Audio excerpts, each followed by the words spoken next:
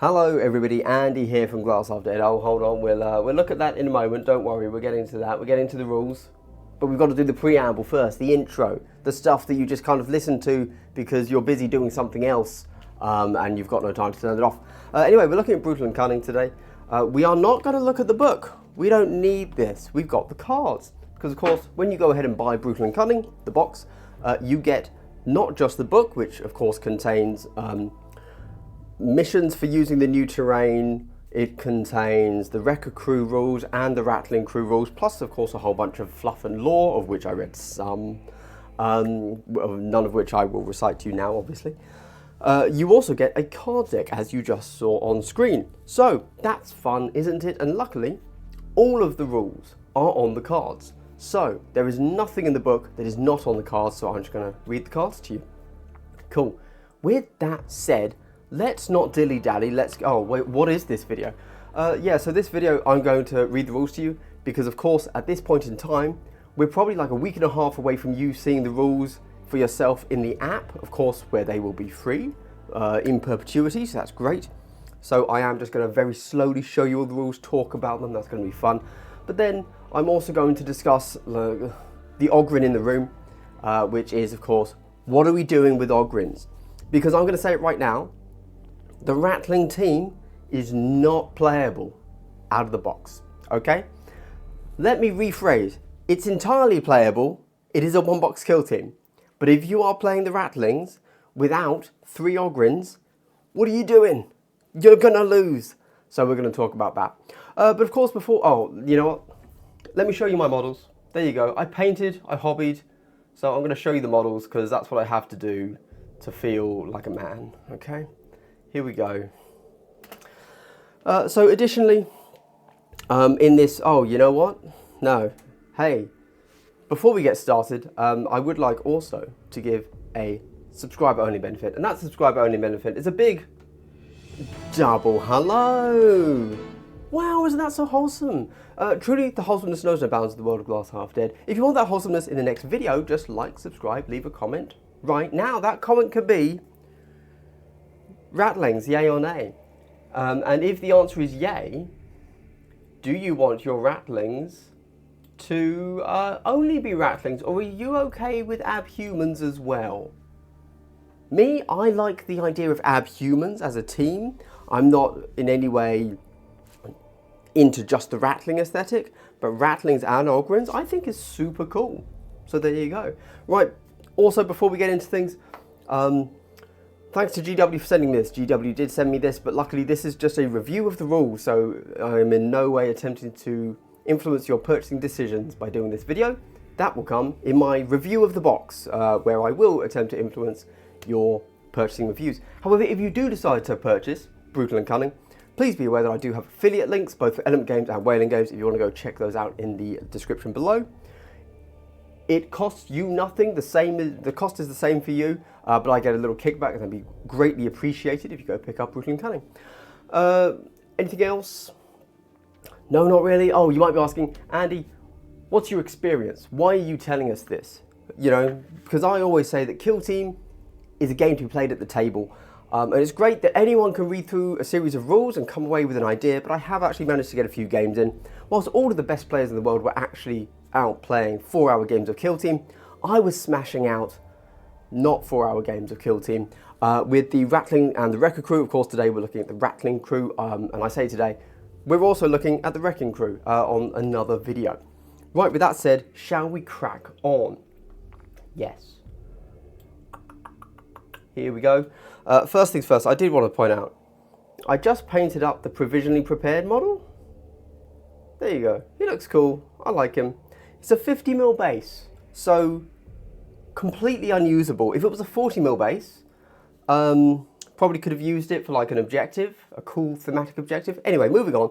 I think a 50mm base is the same size as a heavy weapon squad in 40k, but this ain't 40k. So when you open your card decks, you have your universal equipment, which we will put away because we are not talking about those here.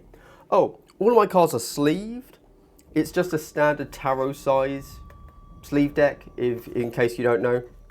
I get this off Amazon.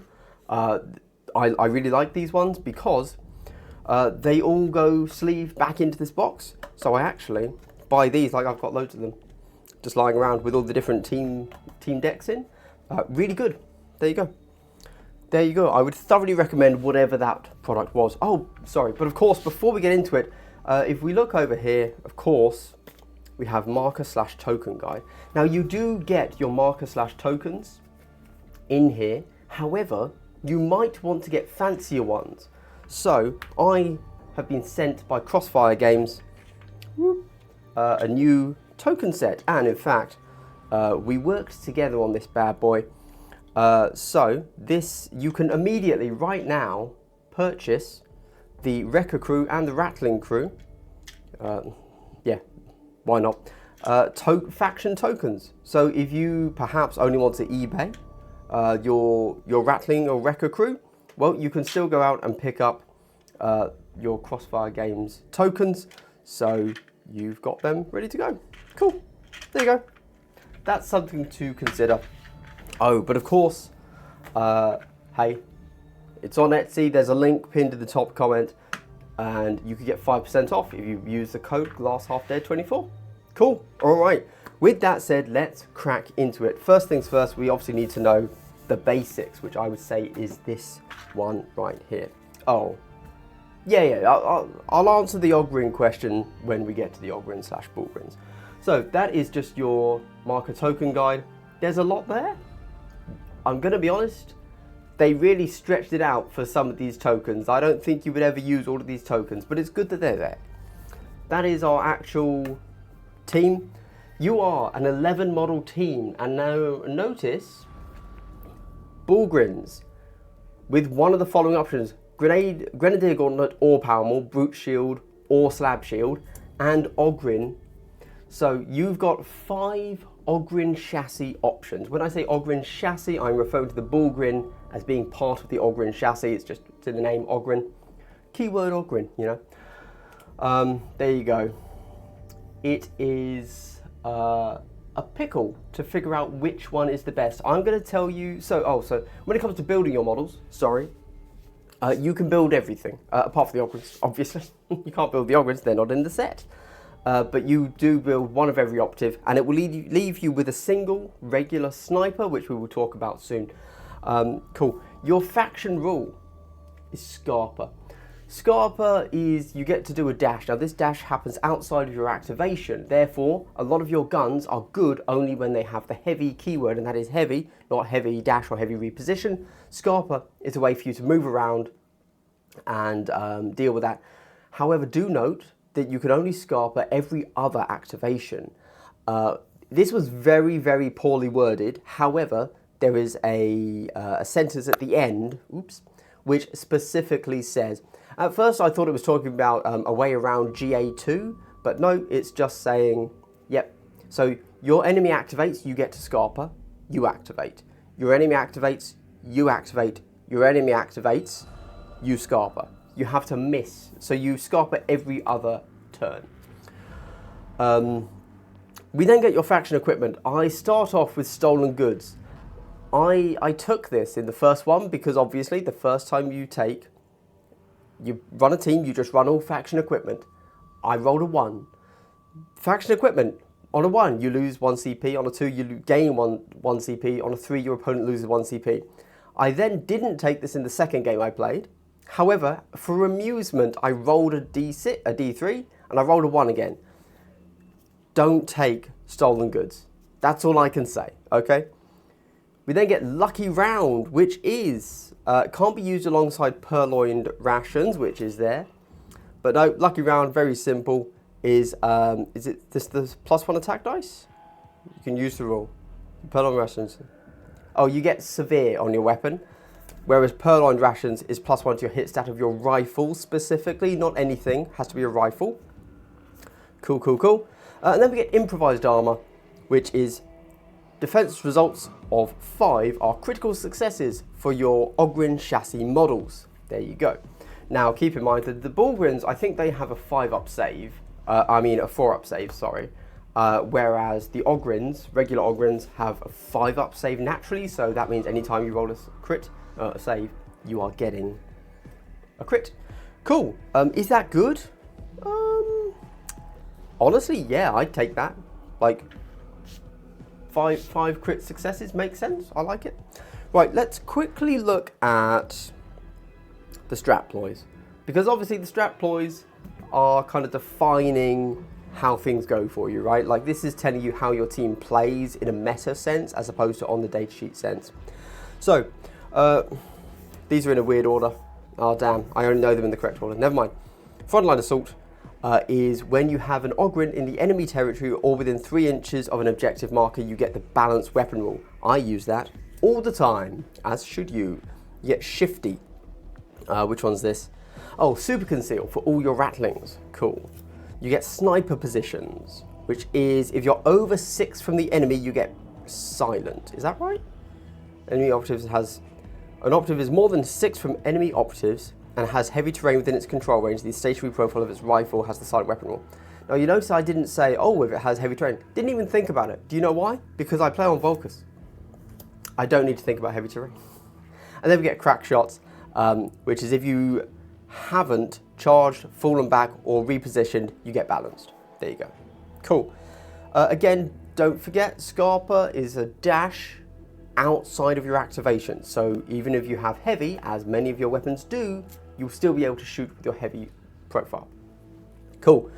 Right, we then get firefight ploys, of course. We have 4. We get shoot and hide. Use this firefight ploy after a friendly Ratling operative has an engage order, performs the shoot action with a rifle. If it's more than 3 inches from enemy operatives or not visible to enemy operatives, you can change this order to a conceal. Shoot and flip. Lovely. We get larcenous. You can tap a point whilst not controlling it, only contesting it, and is it for free, I think? Until the end of that activation, the operative doesn't have to control a marker to perform the pickup marker or mission actions that usually require this, and having an enemy operative within control range of it doesn't prevent it from doing so.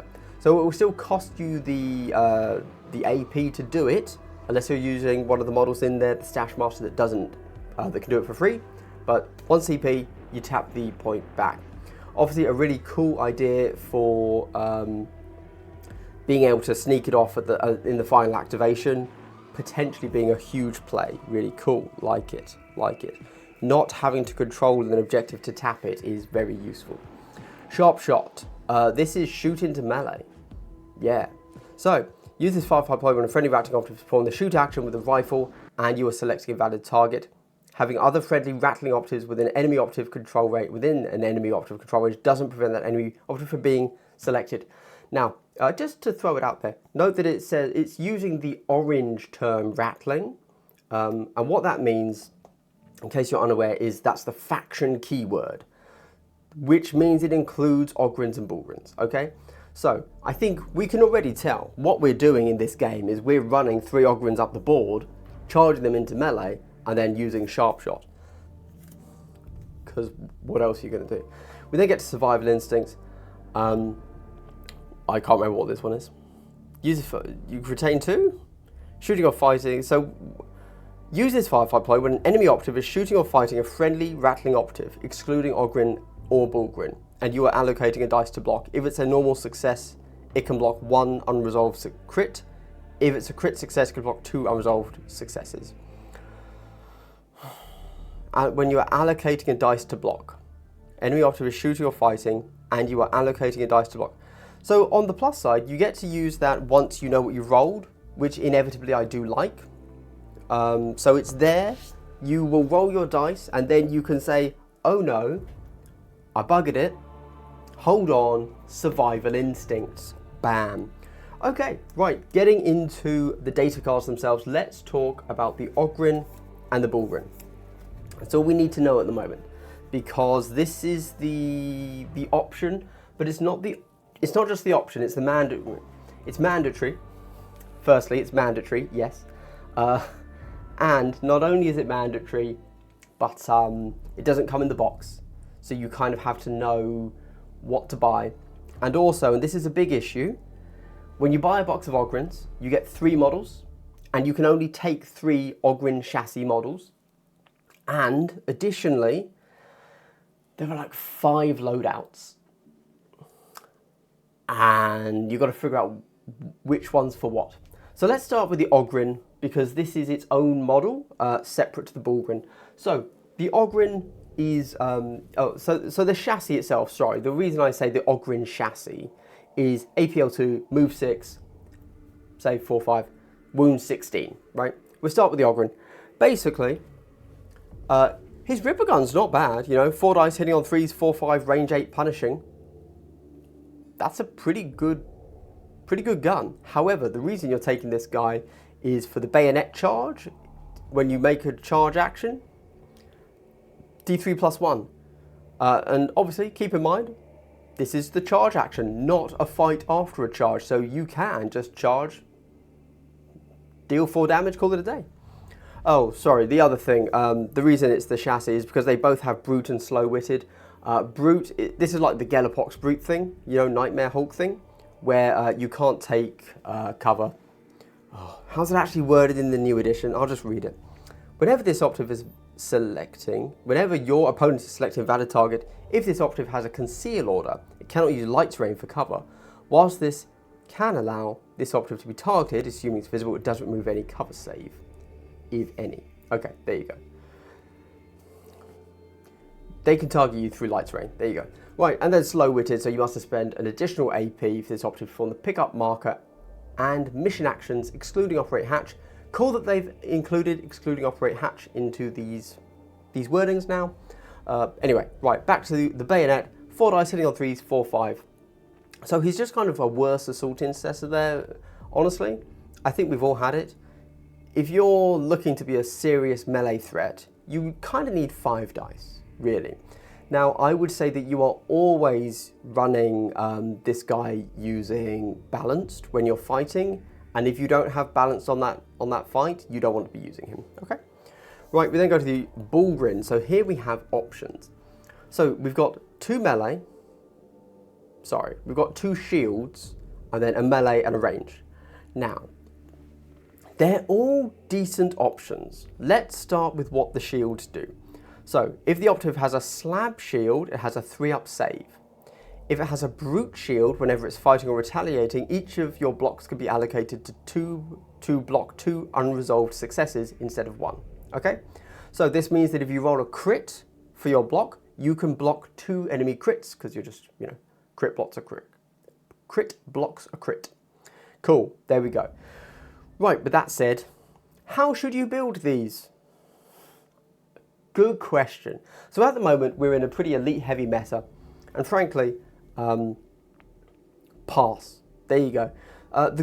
I would say that you don't need a Grenadier Gauntlet. I would say that you probably are going to be, again, I'm thinking specifically about the Bullgrin in Volcus, okay? In an elite meta, you are going to be behind heavy cover all the time, so you're not going to be shot, really, so you don't need the 3-up save from the slab shield. Do note the slab shield looks way cooler.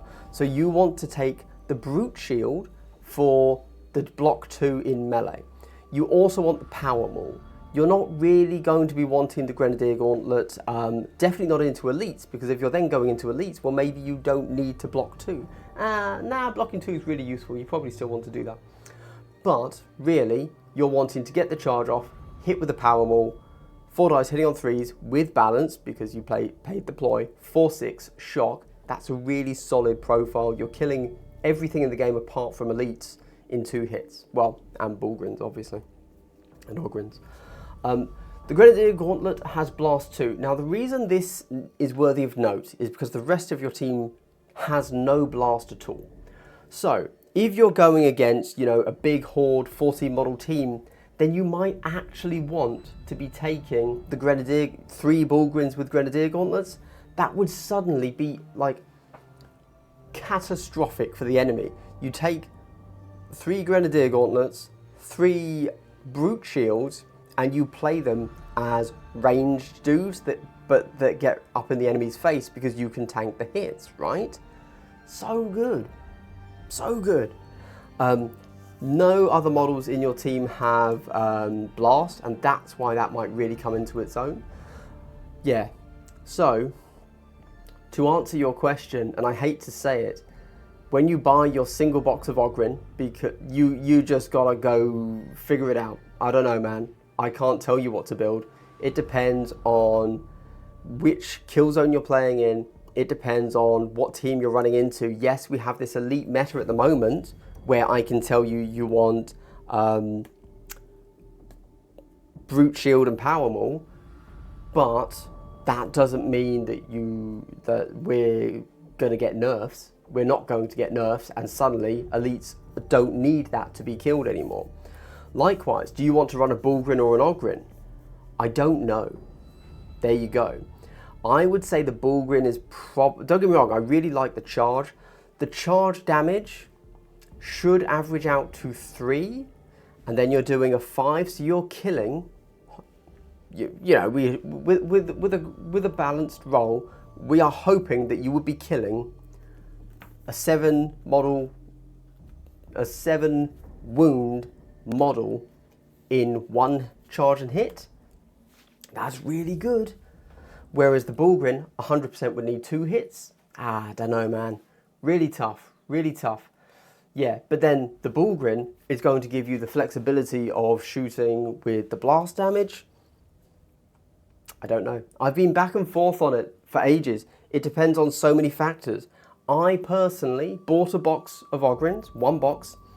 I built 1 Bullgrin with a Grenadier Gauntlet, and I built 2 OGRYNS, and I randomly had a War Machine model that is like an... Do I have it back here? No. That is like an... Oh, here it is, yeah. This guy here. So he is... Oh, I'll show it here. So he's just like, clearly... an ogre from War Machine, and he's got a big mace, so clearly he's an Ogryn with a mace, and therefore he can have either shield. And I was like, you know what, cool, that's good enough for me. And then also I think if you're building the Bullgryns, the Grenadier Gauntlet is just a huge tube. You can say that's a mace. The maces don't look very interesting. The Grenadier Gauntlets look cooler in my opinion. And if you have 3 OGRYNS, as long as you say they are all the same thing, it doesn't really matter how you've built them. Anybody that says otherwise is cray. So you either have to have them completely WYSIWYG, or say all 3 of the 40mm bases are the same thing. Those are your 2 options. You figure it out. For me, I have played them WYSIWYG. There you go. Because I have 4, so there you go. I would quickly note also, sorry, as we're still on the Bullgrin Ogryn thing, the first time I played the team, I didn't have OGRYNS built. I had to order them in, and so I played with the 1 Ogryn I had, this guy here, and this team is not good without 3 OGRYNS. You have to have 3 OGRYNS. In case it was missed on the card or I didn't say it, OGRYNS cost 1 slot. You swap 1 Ratling for 1 Ogryn. You will never not take 3 OGRYNS. This is a true abhuman team, not a Ratling team, genuinely. You will always run 3 OGRYNS. Cool. Ogryn chassis. Anytime I say Ogryn, I mean Ogryn chassis, which means an Ogryn or a Bullgrin in any of its loadouts, okay? Even if you take the wrong Ogryn loadout, that's still going to be better than any 1 Ratling. Right, we then get over to the rest of the cards. There's a lot of them, so let's go through it. So, this is your fixer. Notice immediately, Militarum contacts, you can select 1 additional equipment option. As you are never taking that stolen goods thing, that really means you're taking 2 equipment options for free, which is awesome. Ladders are good. Ladders are good. But you might also want to consider mines, which we will get to later. Cool. Notice this here. In fact, I won't talk too much about the rest of this stat sheet because actually I think most of it's filled up here. Also, interestingly, battle rifle, sniper rifle, sniper rifle. These aren't really shown on the model at all. My model is just him holding a cup. So you just pick either one. There you go. Yeah. Obviously, if you're playing the team correctly using Scarpa, you want that sniper rifle stationary profile for Dev 3. Dev 3 is real strong, but you're only 4 dice. So, yeah. We also get target designation, strategic gambit. Select 1 enemy object visible, you get lethal 5. There you go. Easy. We then get the Ratling Sniper. I brought him out because this is obviously this is your default profile, okay? APL2, move 5, save 5, wound 6. So we need to talk about that stat line, don't we? I will also quickly note, you are never taking the Ratling Sniper. Worst model, not that it's bad, it's just it doesn't do anything, whereas everything else basically has the same guns, but also has an ability, okay? So it's really cool that GW has done this because it's very interesting, but man, move 5, save 5, wound 6 is really bad. Also, and I'm just going to say it, look at your melee attack. 3 attacks hitting on 5s, 1, 2. In one of my games, I had an enemy left on 3 health. Couldn't deal with it. Normally, I would just charge and fight. Now, I'm like, oh, I still have, it was a Marine, obviously, Assault Intercessor. Couldn't charge it, obviously. So I had to instead take the gamble of shooting it, and obviously gambling with a shot, you can always get the enemy spikes on their defense dice and their Marines. So spiking just means rolling normally compared to my attack dice. It's like, not good. They're very weak. Everything you're doing with Ratlings is focused very heavily around being tricksy and outsmarting your opponent. That's the wrong phrase. Here's the thing. I'm a basic player, okay? I play melee because you don't have to think too much. You just charge and fight. Cool. Even if you play a bad game, you've got a few kills, you feel good. You can't really do that with shooting, and especially on Vulcus. Like, genuinely, I don't know how to play Vulcus with a ranged only team. That's something I need to do for myself. I need to go ahead and start playing more ranged exclusive teams so that I learn how to play them on Vulcus. But right now, nah. This was a real tough one. Oh, we've gone straight for the Ratling Raider. So this is, as you can see, it is exactly the same profile. Oh no, sorry, he's got a dagger instead of fists. So 3 die taking off falls 2, 3. So still terrible, but this is your guy with a grappling launcher, and he has a movement that requires a diagram, and I'm going to explain how this works. So you've got slingshot, cool. It's a reposition action, which I believe means that you can't then reposition again before or afterwards because you've done your reposition. This might look a little bit complicated, and I read this and it took me a few passes before I figured it out. So basically, you can move, so you draw a big cylinder 6 inches around your model. And you have to go to a piece of terrain that is higher than your model, which can be anything. It could be 1 inch high, right, technically. And so you've measured that horizontal cylinder, you then make your move, and then however high that piece of terrain you jumped onto is, you can move that far the other side. So if the piece of terrain you latched onto was a barricade, you can flip 6 to the barricade and then 1 inch from the barricade. If that piece of terrain was a piece of Vulcus terrain, you know, the Vulcus ruins, which are 4 inches high, you can draw your 6 inch cylinder, go straight to the top of that, 4 inches up, and then you can land. Oh, sorry, it's X plus 1. So if it's the barricade, which is 1 inch high, you would do 1 inch and then 2 inches away because it's 1 inch plus 1. So X plus 1. If it's the large ruin, which is 4 inches high, let's say, you draw your 6 cylinder, you do a 6 inch move, and then because you've gone 4 inches up, you do 4 inches plus 1, X plus 1, so you've gone 5 inches away. You could also do this to the top of Vulcus. So if you manage to get the highest point of Vulcus within your 6 inch bubble, you can end up anywhere else on the map, which is actually super cool. You do have to still be visible to where your point is, but because that's like, what is that? It must be 8-9 inches high. So you can move. So you can do 6 inch bubble, and then like a 10 inch move. It's pretty good. Pretty good. Now I didn't play around with the Ratling Raider too much. I used him in one game, but I can't speak too much to him. He was a bit too big brain for me. But I think he's actually a pick you want to always have on the board. He's going to go really nicely with, as I said, Larcenous from your Firefight Ploys, where you'll be able to last second sneak an objective. Also, you might want to use him for your TAC ops because you can just fling him within 2 of an enemy, drop your wiretap, you're still concealed. Lovely. Right, we then get the Vox Thief. This guy is just your comms. Yeah, there you go. Nothing else to say. Visible 2 within 6. Comms. There you go. Nice. Cool. Nothing else to say about that, really. The Ratling Bomber. So, Melter Mine, Tripwire, Super Mines. So, your explosive arsenal, let's start with that. 5 attacks, hitting on 3s, 4-5, range 3, blast 1, heavy, reposition only, limited 1, piercing 1, saturate. I will say, I have thrown this at a Marine and rolled like all 2s. It was incredibly depressing, I'm not going to lie. So he has fluffed for me, even though with those 5 dice, but you know, dice happen, whatever.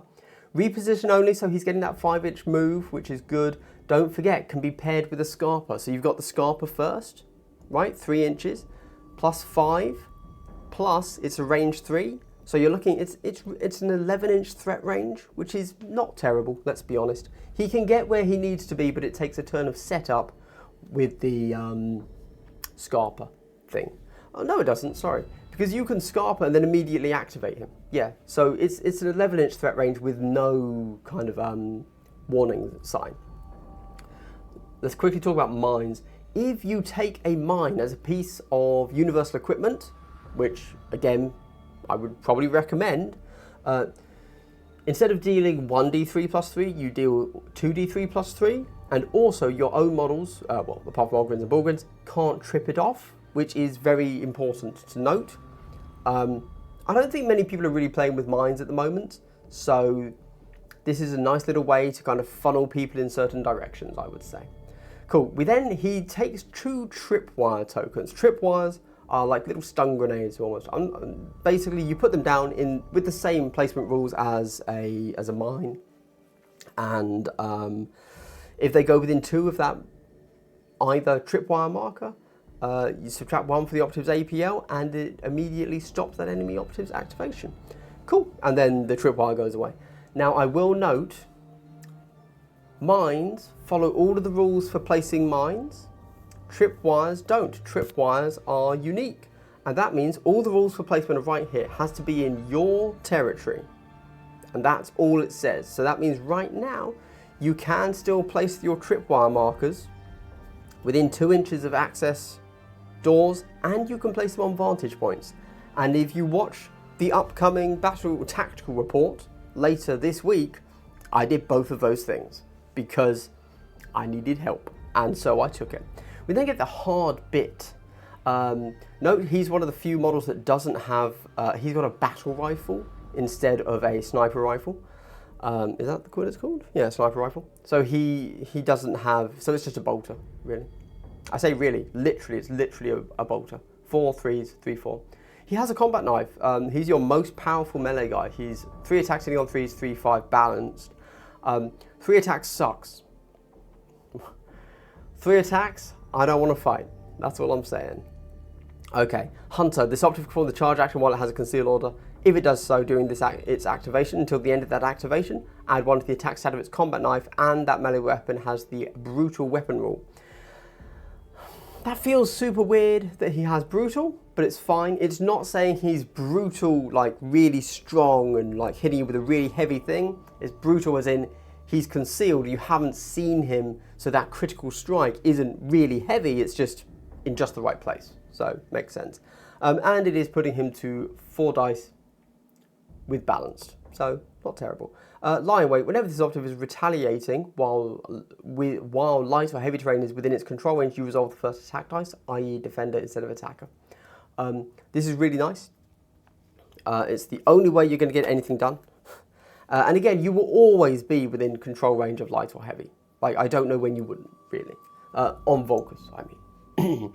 We then get the Stash Master. He's kind of an archetype we've seen before, relatively common, in that he's the guy that does the things for 1 less AP. So place marker, pick up marker, or mission action, 1 less AP. He's also well stocked, so if you take an ammo cache as a piece of universal equipment, you can take 2 ammo caches. Now, I'm just going to say it. I have yet to have luck with an ammo cache. For me, again, because I'm not a ranged player, I'm not good enough at the ranged game to really kind of know what's cracking. I don't know, it's never really popped off for me, if you will. Isn't it a 3-inch range? Might be a 6-inch range, it should be a 6-inch range. But it might be a 3-inch range, and then that means it's just stuck there. And if you ever need to reposition, you can't. I don't know. Anyway, I'm not going to talk too much on the ammo cache thing. Because I don't know enough. I'm not good enough. Right, we get to the Ratling spotter. So he has spot. She has spot. I don't know. Hard to tell with abhumans, you know? They all look alike. Anyway, if you're within... Right, I'm going to read it because it does things. Select one enemy operative visible to this operative. Once during this turning point, when a friendly Ratling operative within 3 of this operative is shooting that enemy operative, you can use this effect. If you do, that friendly operative's ranged weapons have to seek light. The enemy operative is not obscured. Now, I do want to point out, because I have to say it, I'm playing on Vulcus, there's no bloody light. It's really annoying. This is for another video. I'm really frustrated at Vulcus and how everything has seek light. There's no bloody light in Vulcus. So, that's basically useless. Cool. The enemy is not obscured. That's useful, cool, because there's a lot of heavy. I like to see it. But also, it's so dense, you're always within control range. Anyway, not the point, not the point. Note that the enemy, you can use this once. So, you turn it on, spot, you create an aura of 3 inches. Then one of your models has to be within 3 of this model. Then that one operative can do it. So you only get to use it once. It's not like it's turning on an aura that is on for everybody within 3, which I think would be a little bit better. Well, yes, well done, Andy. It would literally be better. But if I never got a good spotter shot in Vulcus in the few games I played. That's all I can say. I see what it's there to do. It, you know, it gives you that setup play, but it requires 2 models. It means one of your models then isn't shooting, isn't taking a shot itself because it's spotting. Well, yeah, because otherwise the enemy's just giving you a shot. I don't play enemies that just give me a shot. The density of Vulcus, an enemy never has to give you a shot. So you always have to make a move, get an angle to take a shot. So spotter means then he or they are not taking a shot, and you have to then have another model within 3, and if they've moved to get within 3, that means they're not taking the shot because you need that heavy profile, etc, etc. Never forget to take your Scarper move. This team clearly is supposed to live and die based on its Scarper moves, and I am not good at keeping models within 3 inches of each other, I'll say that much. Right, Ratling big shot. This is your big dude. He's very tasty. I will say, I've rolled a lot of 4s, 6s with him. That's probably why I think he's so tasty. But if you're stationary, he's the guy you put on the objective right at the back. If you do take ammo cache, you put it next to this guy, right?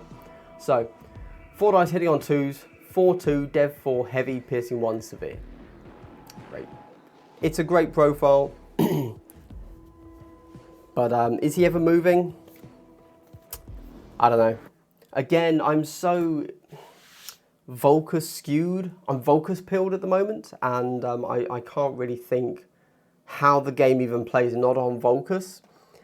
Getting a shot off with him is so difficult. If the enemy knows that you've got that sniper nest, certain teams just will never give you a shot. And they're melee teams. So, really tough team to play against them is all I'm saying. We get the Battle Mutt. Is this our last one? No, we've got Sneak. Okay, 2 more.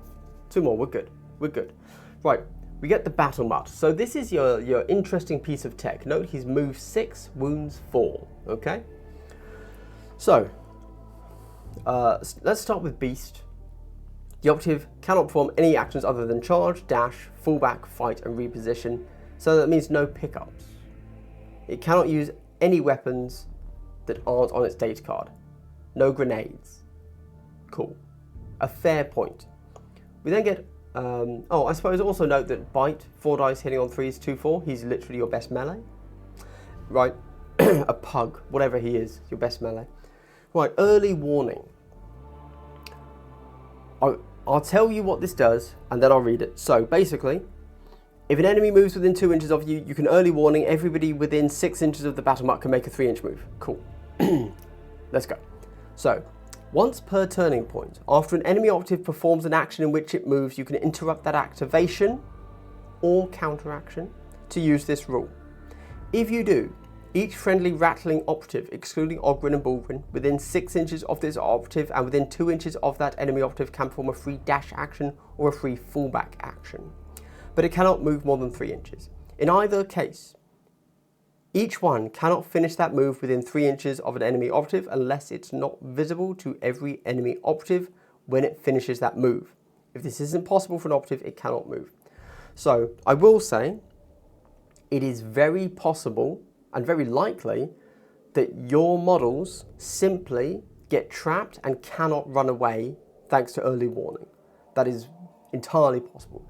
You make that 3-inch move, that doesn't guarantee, if the enemy's charged you base to base, if you have to move even a little bit around terrain, that doesn't mean that that you're 3 inches from the enemy. So, yeah. If there's a piece of terrain blocking you, like, you just can't get away. So this is a really cool piece of tech that doesn't always work. There you go. Cool, good to have options, right? We then get Ratling Sneak. This is your kind of tried and true sniper. He's completely self-sufficient, so he has evade instead of scarper. He cannot scarper, he evades. Evade is scarper. There you go. You're welcome. What's the difference? So, firstly, you interrupt the enemy operative's activation to do it, instead of just doing it in between their activations. And you can, but it's still a free dash. There you go. But basically, you get an additional, you can think of it as Sneak gets an additional Scarper if you want. You can play it that way and it pretty much works. You have silent on both of your weapons. Do note, you are not very good though. So, your stationary profile is 4 dice hitting on 3s, 3, dev 1. You're a bolter with heavy. Yeah, anyway, you have optics, which is remove obscuring. And that's it, we're back to OGRYNS. Boom, done. And that, everybody, is the entire Ratling team. Okay, if you've made it this far, I think you've already kind of figured out what my thoughts are on the team by my little aside comments as we've gone. But I would have to say, if I'm honest, this team at the moment feels a bit beyond me. That's not to say that I did, like, terribly in my games. Like, that the score was relatively even, but yeah, you'll have to watch the tactical report later to see how the actual final result. It was very close, but I will say that I didn't feel like I was winning throughout the whole game. Now that could just be me, that I am not, well, I'm definitely not used to the team, obviously, but I'm also not really a shooter player. If I'm looking at these two teams, my play style is much more Wreckers. I think Wreckers really solid, really easy team. That's really cool. It makes a lot of sense what they do. Plays like a lot of other teams that I've played. Whereas the Ratlings, aside from the basic decision to charge an enemy and then shoot into melee combat, I don't really know how you deal with Ratlings. Rarely did Scarper do what it needed to do for me. It did once or twice, but they were never setups. They were, oh, look at that, I can accidentally do this thing now. And I made the Scarper and I got a shot with the stationary gun, which was great. But it was just happenstance. I hadn't deliberately set that up. I hadn't placed a model up front, assuming the enemy would charge, and then I would Scarper to get the shot. It just happened that way because we were playing on Vulcus, and I've got 11 models, so it's naturally quite tight. So at some point, a 3-inch dash will probably maybe get you a shot. There you go. Also, do keep in mind, sorry, because this is something that caught me out with the sharp shot. If you're charging with your OGRYN or your OGRYN chassis into the enemy and you get your first hits, you're like, great, I've made the charge, this is really good, and I've got my big shot, my tank, anti-tank guy ready to finish up this Marine.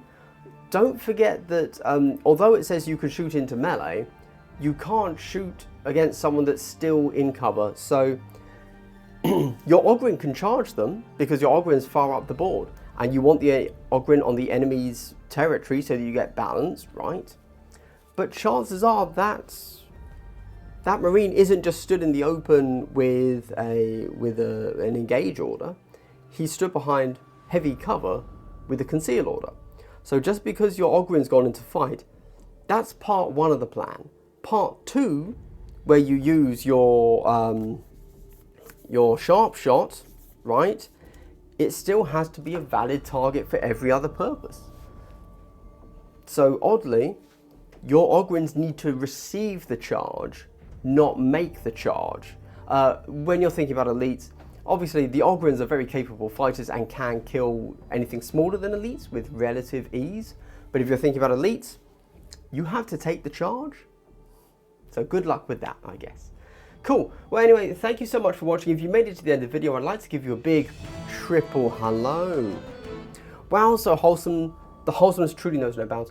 Hey, at the end of the video, don't forget, if you want some faction tokens for not just the 2 new teams, but any team, I would say if you're running Legionary, you need some tokens to mark which marks everybody is. There you go. Once they finally nerf Nurgle, and people have to start using different things correctly instead of just going mono Nurgle or mono Slanesh or whatever, we will need tokens. So check out Crossfire Games, link is in the top description. Also, if you are going to pick up Brutal and Cunning, please check out my affiliate links. Those kickbacks are super helpful for the channel, that'd be great. Also, finally, I do have a Patreon. If you're not picking up Brutal and Cunning and you just like what I do and like a guy that's talking about Kill Team and occasionally other war games, support there would be really awesome. Thank you very much. I will see you in 2 tactical reports, a hobby video, a Brutal and Cunning box review, an unboxing. This is the Ratling review and the Wrecker review. 7 videos. Kill me, my God, in a video.